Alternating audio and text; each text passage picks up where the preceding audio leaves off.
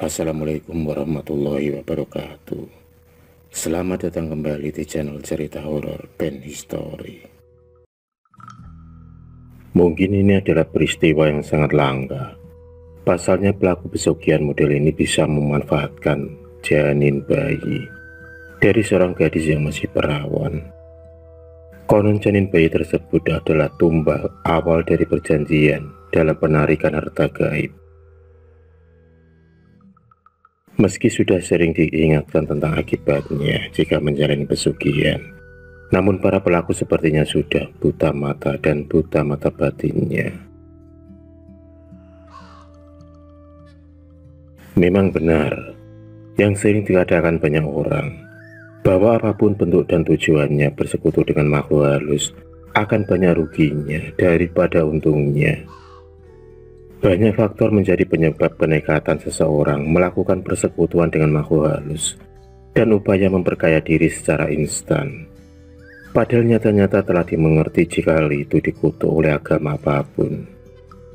Alasan yang mereka kemukakan terkesan klise, yaitu terhimpit faktor ekonomi.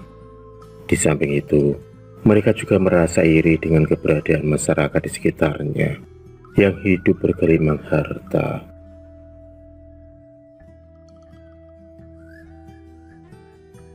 Dalam kacamata Islam tersendiri, yang diyakini mampu menjadi rambu penjaga kenekatan melakukan persekutuan gaib demi terpuasan urusan duniawi, sudah sering didengungkan dalam segala bentuk dan syiar. Akan tetapi kenyataannya justru hal tersebut banyak dipalingkan oleh sebagian orang.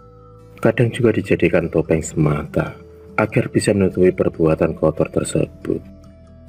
Tragisnya, demi hal itu, pengorbanan yang dipersembahkan dan yang biasa diminta adalah nyawa manusia juga mampu terpenuhi. Tidak peduli diri sendiri, istri, anak atau orang lain yang masih ada hubungan saudara. Sungguh tidak manusiawi. Karena kenyataan ini tak beda dengan tindakan kejahatan pembunuhan yang terselubung. Sayang, untuk mengungkap pembuktiannya susah didapat. Pasalnya modus kejahatan yang terjadi dalam bungkus alam tidak kasat mata. Pembuktian secara hukum sangatlah lemah.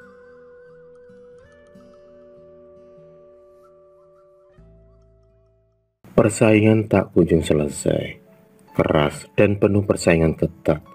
Itulah yang dialami Kusmayadi, warga Kabupaten Karawang, Jawa Barat, tentang kondisi kehidupannya akhir-akhir ini. Pria yang berusia 41 tahun itu kini hanya bisa menyesali hasil perbuatannya setelah harta yang paling berharga melayang sia-sia. Bahkan, kerasnya kehidupan nyaris membuat pria kelahiran 10 Oktober tahun 1975 itu frustasi. Kusmayadi baru benar-benar menyadari keras dan ketatnya kehidupan setelah lebih dari 2 tahun kesulitan mendapatkan pekerjaan. Sebenarnya ia sudah berusaha sebelumnya, termasuk rela meninggalkan kampung halamannya untuk mengembara di kota-kota besar. Berbagai macam perusahaan, baik yang berskala besar ataupun kecil, telah didatanginya. Namun semuanya tidak membuahkan hasil. Padahal kala itu, perusahaan yang didatangi banyak yang sedang membutuhkan karyawan. Tetapi dengan berbagai alasan, lamarannya selalu ditolak. Menghadapi kenyataan seperti itu, akhirnya Kusmayadi memutuskan kembali ke kampung halamannya. Bahkan, di sana sebagian besar hari-harinya dia isi dengan mencangkul menggarap sawah orang lain ataupun menjadi kuli bangunan. Yang penting hari itu dia bisa membawa hasil. Meskipun tidak seperti yang diharapkan istrinya yang menunggu di rumah. Kira-kira setengah tahun tinggal di desa, Kusmayadi merasakan sangat prihatin dengan keadaan perekonomian keluarganya. Karena itu, pria berkulit gelap itu kemudian memutuskan untuk bekerja pada salah satu tetangganya, meski hanya bekerja di home industri. Namun, dia merasa senang karena bisa membuat dapur bisa ngebul. Selama bekerja di perusahaan yang bergerak di bidang perinting dan sablon kaos dan percetakan itu, etos dan cara kerja yang ditunjukkannya mampu membuat kagum pemiliknya. Hingga akhirnya, dia pun dipercaya sebagai kepala bagian di CV tersebut. Namun kenaikan jabatan tersebut tak secara otomatis membuatnya merasa senang dalam menjalani pekerjaannya. Tetapi justru sebaliknya, berbagai cobaan menghantam dirinya, sehingga mengusik konsentrasi kerjaannya. Cobaan paling berat datang dari rekan-rekan sekerjanya yang iri atas pengangkatan dirinya sebagai kepala bagian. Dengan berbagai cara, kelompok pekerja tersebut berusaha merusak hubungan baik Kusmayadi dengan sang majikan. Namun, meski isu dan fitnah telah dihembuskan, kepercayaan sang majikan kepadanya tak kunjung luntur. Hal itu sendiri tentu saja semakin meningkatkan kegeraman mereka.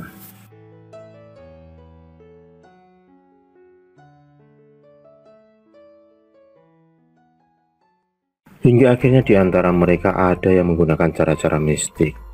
Hal itu baru disadarinya setelah Kusmayadi menemukan berbagai macam benda aneh seperti paku, silet, beling, boneka kecil hingga kendi air yang diisi garam dan lombok tergeletak di depan pintu rumahnya. Untungnya serangan-serangan gaib tersebut tak sampai mencelakai Kusmayadi dan Sophia istrinya. Menyadari persaingan semakin tak sehat, pria berwatak kalem itu mencoba mengajak berdamai para pekerja yang tak senang padanya. Akan tetapi dari langkah-langkah tersebut dia tak menemukan jawaban. Sehingga akhirnya dia sendiri mengalah dengan memutuskan untuk mengundurkan diri dari pekerjaan tersebut. Tentunya hal itu dia lakukan secara baik-baik kepada sang majikan. Semenjak keluar dari CV itu, Kusmayadi kembali pada aktivitas semula, yakni menggarap sawah milik orang lain. Atau tidak jarang pula, jika kepepet dia rela menarik becak yang sedang menganggur milik tetangganya. Dia tidak mau memperlihatkan kekurangan di hadapan sang istri yang sangat dia cintai. Dia benar-benar bertanggung jawab. Tekadnya yang sudah memilih Sophia sebagai istrinya. Sampai kemudian pada suatu hari, tanpa diduga pada saat itu dirinya sedang ngetem menunggu penumpang di perapatan Tanjung Pura. Kusmayadi dihampiri sebuah mobil keren. Awalnya dia mengira penumpang sedan berwarna metal itu sedang kesasar atau menanyakan sebuah alamat. Namun, setelah melihat siapa yang turun dan menghampirinya, Kusmayadi menjadi terkesiap dan kaget. Pasalnya pria ganteng yang berpakaian perlente itu tidak lain adalah temannya semasa kecilnya yang lama meninggalkan Karawang, Hendro. Demikianlah nama pria pemilik sedan itu. Masih diingat saat pergi pamit, Hendro masih dalam kondisi serba kekurangan. Bahkan untuk ongkos pergi merantau saja harus meminjam uang dan perhiasan emas kepada Kusmayadi. Maka tidak aneh jika pertemuannya saat di perapatan terminal Tanjung Pura itu begitu terlihat sangatlah akrab. Bak dua saudara yang lama tidak bertemu. Dikatakan Hendro bahwa dirinya pulang ke Karawang hanya untuk mengunjungi keluarganya yang telah lama dia tinggalkan. Setelah bosan berbincang-bincang ngalor ngidul tentang kenangan-kenangan waktu itu, Hendro menjadi prihatin atas keberadaan teman akrabnya itu. Meski awalnya agak berat untuk mengungkapkan, tetapi akhirnya dia memberanikan diri untuk mengajak Kusmayadi keluar dari kemiskinan. Dirinya kemudian begitu prihatin menyaksikan kondisi temannya yang terpuruk itu. Awalnya Kusmayadi sedikit risih ketika Hendro cerita jika keberhasilannya itu adalah hasil kerjanya yang dibantu oleh seorang paranormal. Dikatakan Hendro bahwa keberhasilannya itu hanya bermodalkan mencari seorang gadis perawan, tetapi sudah hamil di luar nikah. Ditambahkan janin bayi dari perut gadis perawan itulah yang akan menghasilkan banyak uang.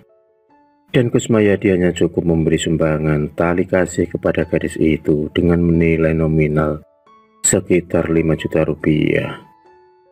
Mendengar nilai yang disebutkan, Kusmayadi sampai tersentak, batinnya berkutat. Jangankan uang jutaan, buat makan sehari-hari saja sulitnya minta ampun.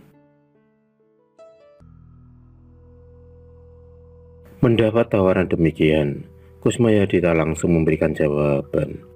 Dirinya memilih mempertimbangkan lebih dulu.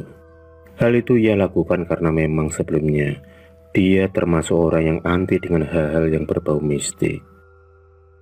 Soal uang pikirnya bisa saja dia pinjam kepada seseorang atau kepada Hendro. Toh sebelum dia sukses, dia juga yang pernah membantunya. Setelah berpikir keras, akhirnya Kusmayadi memutuskan untuk membicarakannya terlebih dahulu dengan istrinya. Jika memang hal itu jalan satu-satunya, mungkin saja dia bisa menghubungi Hendro kembali. Kusmayadi sebenarnya cukup tegar menghadapi hidupnya yang serba pas-pasan. Sebagai manusia biasa, dia memang mengharapkan hidup yang lebih baik dalam segi ekonomi. Namun dia masih bisa berpikiran sehat dengan tidak melakukan cara-cara konyol dan sesat. Kusmayadi lebih sering memilih berusaha tak kenal lelah dengan memanfaatkan kemampuan dirinya. Jika akhirnya dia menjadi pelaku pesugihan, itu lebih dikarenakan istrinya yang tak siap mental menghadapi keadaan tersebut. Tetapi sesungguhnya istrinya adalah wanita yang berbaik hati. Hanya saja ia yang berasal dari keluarga yang bergelimang harta, tak biasa hidup dalam kemiskinan. Apalagi dia sendiri yang dulu ngotot memilihnya menjadi istrinya, meski ditentang mati-matian oleh kedua orang tuanya dan saudara-saudaranya. Hari pun berganti, kondisi mental istrinya kian parah. Meski tak pernah berani marah kepada Kusmayadi, namun hampir setiap hari ia mengeluhkan kondisi hidup mereka. Kusmayadi sendiri sebenarnya cukup bisa memaklumi sikapnya. Dalam hati kecilnya, dia juga ingin membahagiakan dari sisi materi. Tapi apa mau dikata, kondisi mental istrinya benar-benar parah. Hingga pada suatu malam, ketika Kusmayadi menceritakan tentang pertemuannya dengan Hendro, teman semasa kecilnya itu akan membantu mengangkat derajat hidupnya agar keluar dari kemiskinan. Istrinya langsung menanggapinya dengan serius. Bahkan tanpa diduga, istrinya mencetuskan usulan gila yang tidak pernah dibayangkan sebelumnya.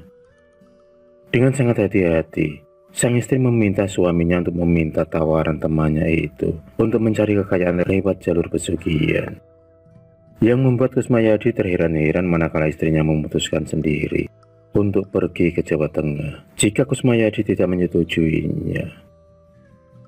Dan yang membuat Kusmayadi semakin salah sikap adalah istrinya terus merengek agar suaminya bersedia memenuhi keinginannya itu. Resiko yang dijelaskan jika menjalani pesugihan itu juga tak cukup ampuh untuk meredam keinginannya. Bahkan, ia mengatakan bersedia jika harus menjadi tumbal dari pesugihan tersebut.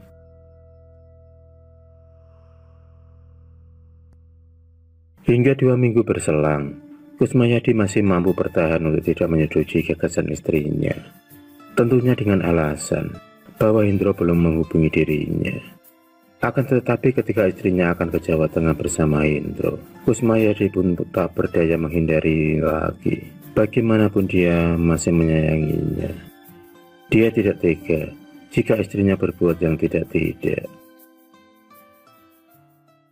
Hingga pada suatu hari, setelah Kusmayadi memanggil Hendro dan menyetujui tawaran temannya itu, selepas maghrib, mereka pun berkumpul di rumah Kusmayadi.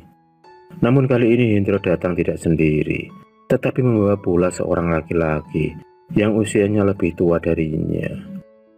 Pria berwajah dingin itu memperkenalkan dirinya dengan nama Pak Kuku. Kusmayadi tidak begitu tahu jelas apa maksud Hendro membawa laki-laki yang dikenalnya itu dalam perjalanan mereka. Kusmayadi dan istrinya pun tak mau tahu urusan orang tersebut. Yang jelas, begitu semua persyaratan ritual dan perlengkapan segala kebutuhan selama perjalanan telah dipersiapkan, keempatnya pun berangkat menuju ke Jawa Tengah. Usai menempuh perjalanan selama hampir 1 malam, Sedan mewah yang disetiri Hendro dan Aplusan dengan Kusmayadi pun akhirnya sampai di Jawa Tengah. Namun, mereka tidak langsung menuju ke lokasi yang dituju, melainkan istirahat di sebuah rumah makan di pinggiran kota Boyolali. Setelah merasa cukup istirahat dan perut telah terisi, perjalanan pun dilanjutkan kembali. Kali ini, arah yang dituju adalah kota Grobogan. Sekitar 1 jam perjalanan, kendaraan mereka mulai memasuki kawasan hutan di atas perbukitan yang ditumbuhi pepohonan jati. Tak lama kemudian, dengan disambut suara kecuan burung hutan, mobil mereka kemudian mengarah pada sebidang tanah yang luas, di mana pada salah satu sudutnya berdiri rumah berbahan kayu jati. Begitu kendaraan berhenti di pekarangan rumah itu, seorang laki-laki keluar memberikan salam dan mempersilahkan mereka masuk ke dalam rumah tersebut.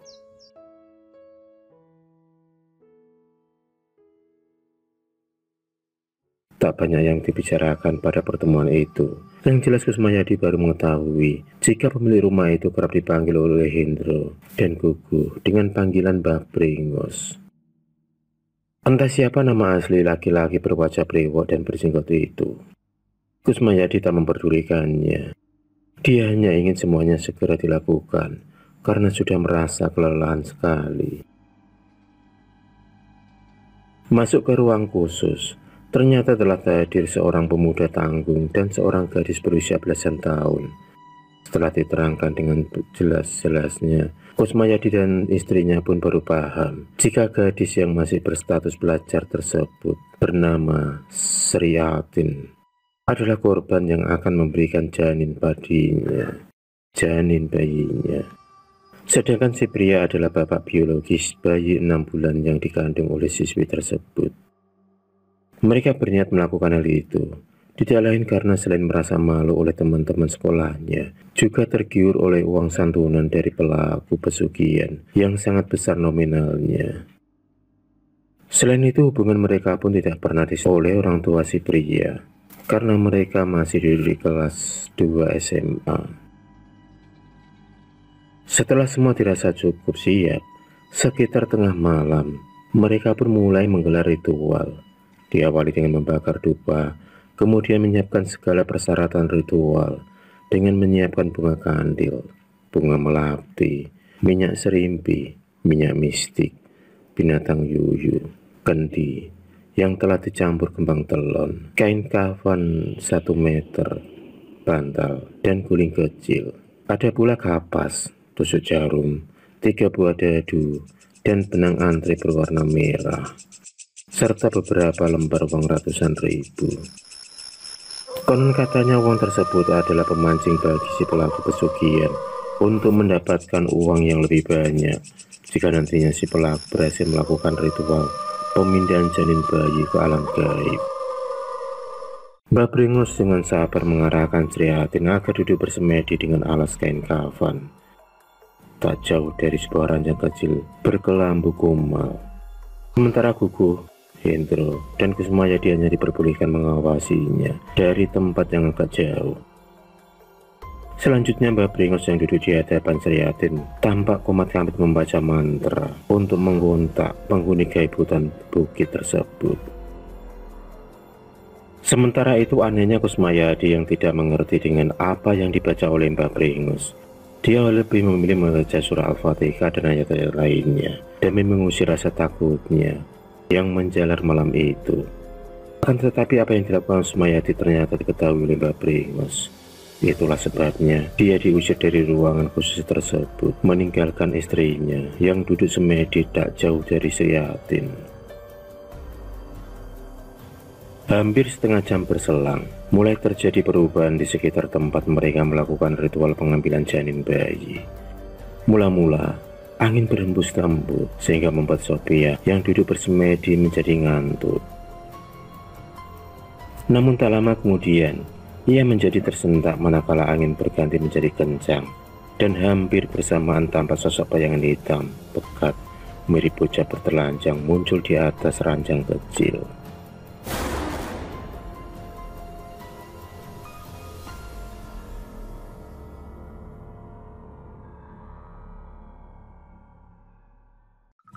Mbah Bringos dengan sabar mengarahkan Sriatin agar duduk bersemedi dengan alas kain kafan tak jauh dari sebuah ranjang kecil berkelambu kumal.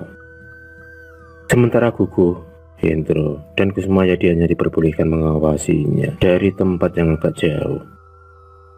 Selanjutnya Mbah Bringos yang duduk di hadapan Sriatin tampak komat kamit membaca mantra untuk menggontak penghuni gaib hutan bukit tersebut. Sementara itu anehnya Kusmayadi yang tidak mengerti dengan apa yang dibaca oleh Mbah Bringos. Dia lebih memilih membaca surah Al-Fatihah dan ayat-ayat lainnya demi mengusir rasa takutnya yang menjalar malam itu. Akan tetapi apa yang dilakukan Kusmayadi ternyata diketahui oleh Mbah Bringos. Itulah sebabnya dia diusir dari ruangan khusus tersebut, meninggalkan istrinya yang duduk semedi tak jauh dari Sriatin. Hampir setengah jam berselang, mulai terjadi perubahan di sekitar tempat mereka melakukan ritual pengambilan janin bayi. Mula-mula, angin berhembus lembut, sehingga membuat Sophia yang duduk bersemedi menjadi ngantuk.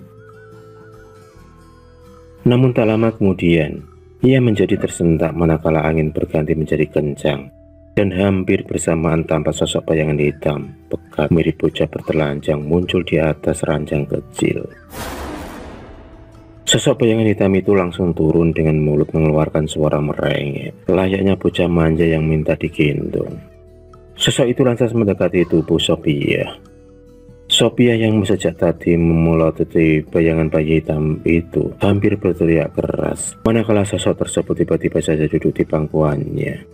Akan tetapi, saat itu ia sama sekali tidak merasakan kaki dan kedua tangannya menyentuh sosok tersebut. Mbah Bringos yang menyaksikan hal itu lantas dengan gerakan isyarat menyuruhnya untuk diam. Dia pun kemudian menuruti apa perintah Mbah Bringos. Setelah lama berada dalam pangkuannya, sosok bayangan bocah itu kemudian perlahan lenyap. Tak lama berselang dari lenyapnya sosok bayangan tersebut, ujian kedua pun muncul menyusul. Kala itu sebuah bayangan kereta kencana datang, entah dari mana. Lalu berhenti tepat di atas ranjang, tempat munculnya sosok bayangan bocah tersebut. Kemudian sosok wanita berwajah cantik yang menggunakan pakaian kebesaran keraton tampak turun dengan gerakan lembut menuju ke tempat ritual. Kemudian berdiri di dekat mereka. Tak lama setelahnya, sosok itu lantas mengarahkan tangan menuju ke arah Sophia. Selanjutnya, peristiwa gaib kembali datang menguji Sophia.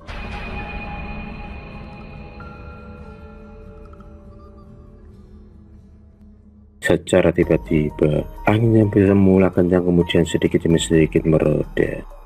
Akan tetapi kali ini muncul gulungan asap putih dari atas langit-langit kamar. Dari asap putih itu kemudian keluar sosok tinggi besar. Penampilannya menyiratkan wibawa yang amat kuat. Sosok tersebut terlihat membawa beberapa tumpukan uang dalam jumlah yang sangat banyak.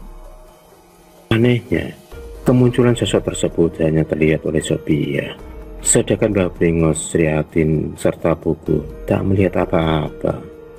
Selain temarannya ruangan tersebut, menyadari bahwa kejadian itu sebagai peristiwa gaib yang tak diketahui orang lain, maka Mbah Bringos menyarankan Sophia untuk berkomunikasi dengan sosok tersebut.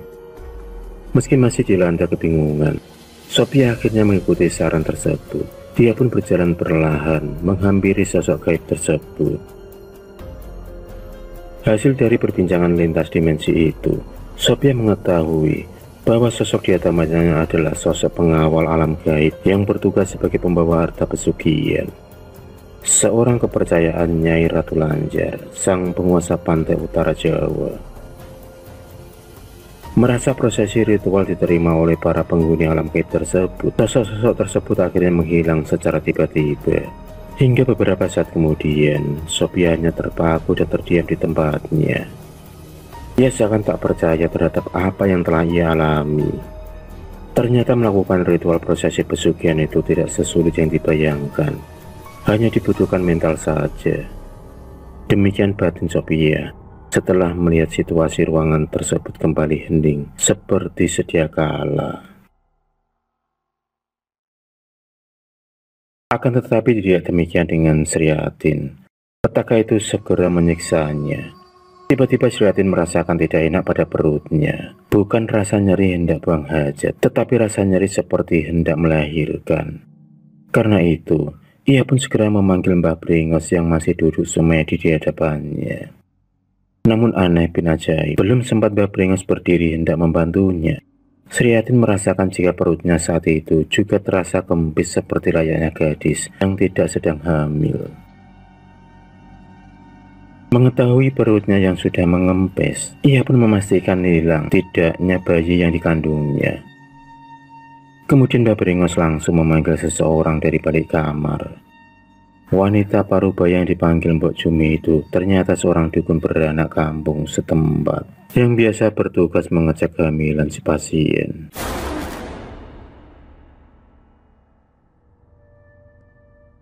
Begitu muncul paranormal kampung itu langsung memeriksa kandungan Sriatin. Mbok Jumi memastikan kalau janin dalam perutnya itu memang benar-benar sudah hilang. Begitu diberitahukan oleh wanita itu, Sriatin nampak tertunduk lemas. Ia seakan menyesali atas perbuatannya yang tentu saja menanggung resiko besar baik di dunia maupun di akhirat nantinya.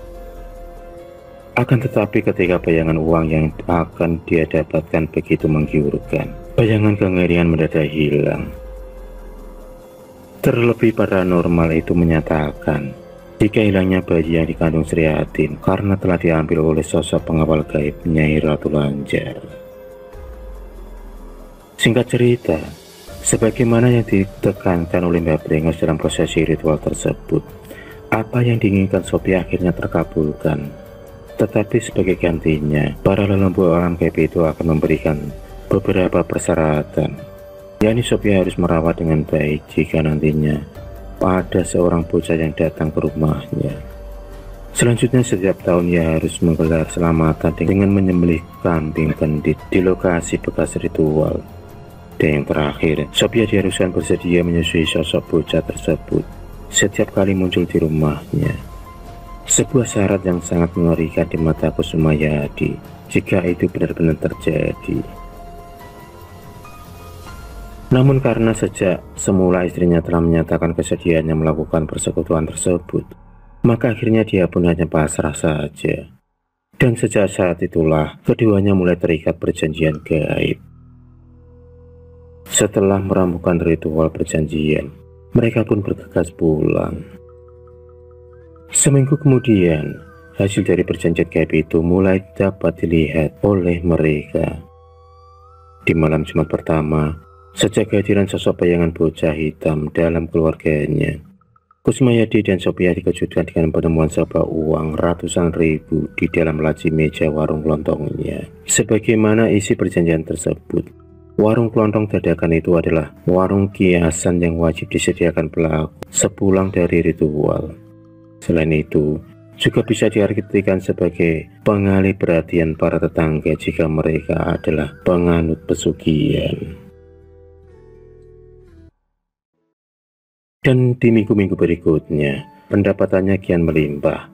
Hingga dalam 1 bulan pertama, total uang gaibnya yang sudah mencapai ratusan juta rupiah. Melihat tumpukan uang sebanyak tersebut, Sophia sangat bahagia. Dari hasil tersebut, pertama-tama yang dibelinya adalah perabot rumah tangga yang sangat mewah serta berbagai macam perhiasan. Dan waktu-waktu berikutnya, gantian kebutuhan lain yang dibeli, seperti sebidang tanah di luar kota.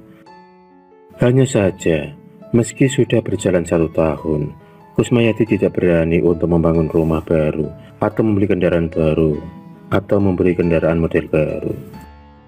Untuk warawiri mereka cukup mengendari mobil yang dibelinya setengah pakai saja. Itu semata-mata untuk menjaga agar para tetangganya tidak curiga jika kalau sampai bisa membangun rumah.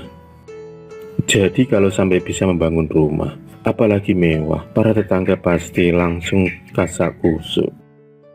Wajar saja jika Sophia begitu menikmati hasil tersebut, sebab selama itu dialah yang harus rela untuk menyusui sosok bocah siluman tersebut setiap kali hadir di antara mereka.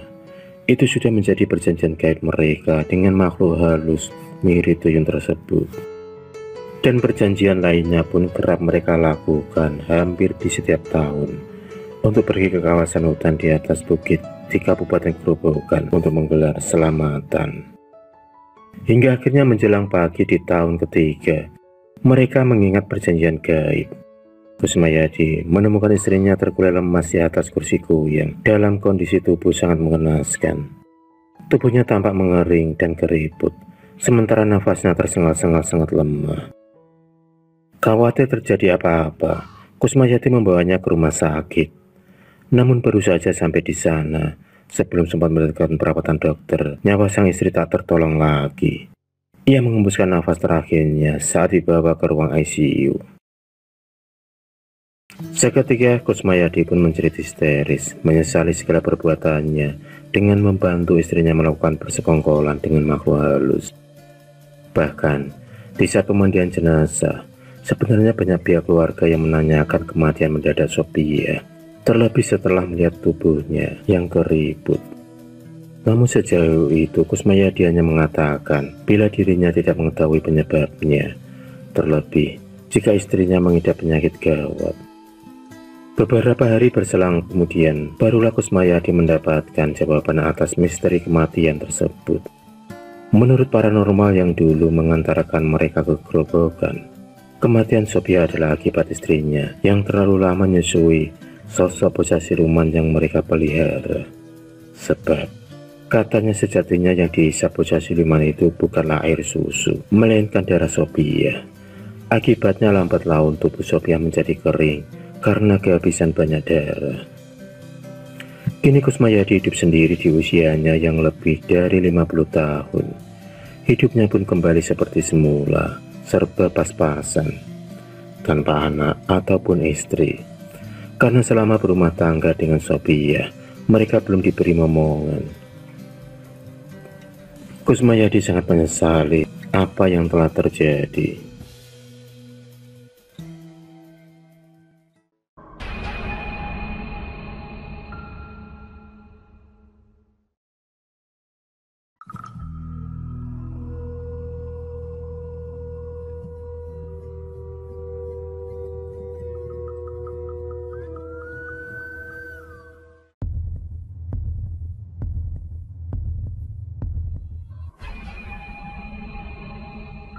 Terima kasih sudah menonton video cerita bergambar ini.